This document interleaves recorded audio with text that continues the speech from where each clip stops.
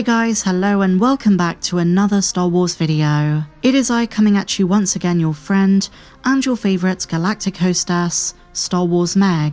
I really appreciate you for clicking on this video, and wherever you're watching from, I hope you're having an amazing day. You deserve it. And if you're not, if it's just one of those days where things haven't gone your way, maybe your protocol droid is malfunctioning, maybe the Empire is getting you down, I've got you covered, and hopefully I can put a smile on your face, because that's what I set out to do. Because today, my friends, we're talking about Dave Filoni, George Lucas, and the Ahsoka series, both seasons 1 and 2. And if you haven't done so already, guys, please be sure to hit the big subscribe button down below, ring the bell for notifications. I post Star Wars videos nearly every single day.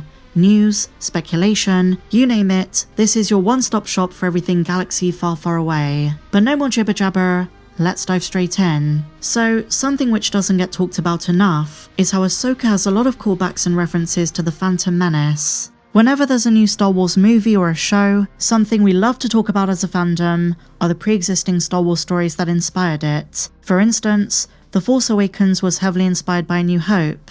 It really was Lucasfilm's response to the prequel hate of the 2010s, so they doubled down on the original trilogy themes. But when prequel renaissance started to gain traction around 2015, 2016, they reversed some of that position with The Last Jedi, explicit mentions of Darth Sidious, and the fall of the Jedi Order during Order 66. It was a minor nod, but a nod nonetheless. They weren't trying to destroy planets that symbolically look like Coruscant, and with upcoming movies it's very much the same. They've told us the Mandalorian in Grogu is in the spiritual line of The Empire Strikes Back, and Star Wars Starfighter is inspired by Return of the Jedi. But no one seems to mention Ahsoka's very blatant copying of the Phantom Menace. Across the first season, Dave Filoni would use visual poetry to evoke certain scenes and sequences from George Lucas's Episode 1. And this was apparent from the very first scene. Requesting permission to land, or even the entrance of Baylan and Shin, was a dark side parallel to Qui-Gon and Obi-Wan's entrance. And in the case of the Phantom Menace,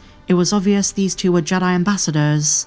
But in Ahsoka, Baylan and Shin flip the concept on its head.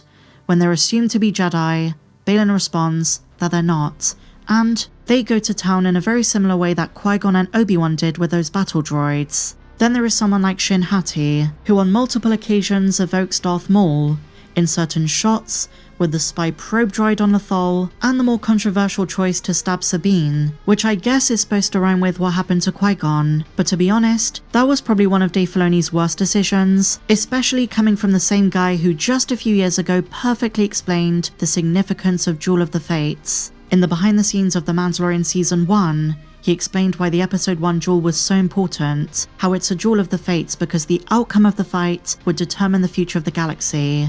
If Qui-Gon had survived and trained Anakin, he might never have turned to the dark side. And Dave Filoni puts a lot of emphasis of making sure certain decisions have a very specific narrative purpose. But with Sabine, it was just another case of someone in Disney Star Wars being stabbed and surviving. There being very little consequence to it. She literally wakes up in hospital the very next day. But the point I'm trying to make is this. The reason, or one of the reasons Dave Filoni was trying to evoke the Phantom Menace in the first place, is because in a huge way, it's his Episode 1. Not timeline-wise, but in the sense that it was his first attempt at a full live-action series. Not just 1 or 2 episodes of Mando or Boba Fett, a fully fledged live-action show written by Dave. He went back to basics, and you might say, well, why didn't he do A New Hope? Well, it's pretty obvious. He's always been a prequel guy. He's literally the co-creator of the 3D Clone Wars series, and he's been very vocal about loving Episode 1. He's even a massive fan of Jar Jar Binks. And this brings me on to something I never noticed until I saw the concept art. The Noti of Peridea were originally supposed to look like tiny Gungans, or Gungans, if you're George Lucas. And by the way, I just love the way George pronounces things. He calls him Doku instead of Dooku, like I say Gungans instead of Gungans, and with this, originally Dave Filoni envisioned mini Gungans, the positioning of their eyes, the orangey red colour of their skin before it was changed to a more greenish blue, and notice that the backdrop of Peridea's fields are meant to evoke the Battle of Naboo. I never noticed this, and the reason it's taken fans so long to learn about these connections is because of how few pieces of concept art were released. For the first season, there were only a handful of stills, but for season 2, which doesn't even have a trailer or release date yet, we already have about a dozen pieces from Star Wars Celebration. And something else which Dave Filoni mentions is that when he was writing Ahsoka, he imagined it as an animated series, kind of like another season of Rebels. And again, this is something which is evident from the concept art. Tonally, I do think they are a bit different though, and I think that's a really good thing. I know it's popular to hate on the show and make fun of the space witches, and some of the, I will admit, stranger creative choices, but I do think Dave deserves to be applauded for the fact that it was a departure from the animated show. These characters feel like they've grown, and I stand by what I've been saying time and again. Season 2 I think is going to blow us away. For me, it's the villains that make it. And that brings us on to our next topic. We have an awesome update for Season 2.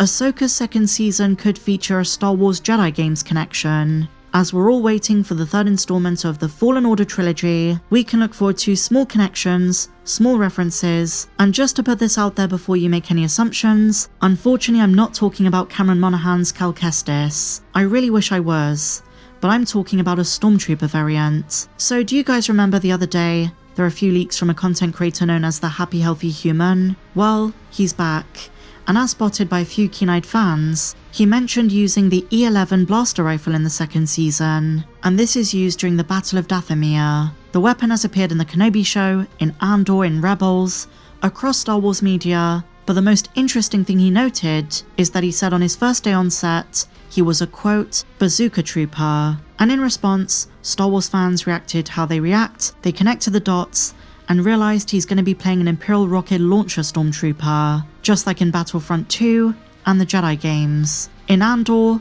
a Ranger trooper wields a smart rocket too. But because this is the Remnant, and not the Empire of old, the design of the stormtrooper might be a new variant. They're probably not going to be exactly the same as in the games, but it has led to the question of what other connections they're going to make. This is a pretty small one, but knowing Dave Filoni, I would expect some bigger surprises. So this is very exciting. And returning to what we spoke about earlier with broader connections and visual poetry, do you think Dave Filoni's going to draw from Attack of the Clones for Ahsoka Season 2, if the first was his kind of Phantom Menace? Is the Battle of Dathomir going to have similarities with the Battle of Geonosis?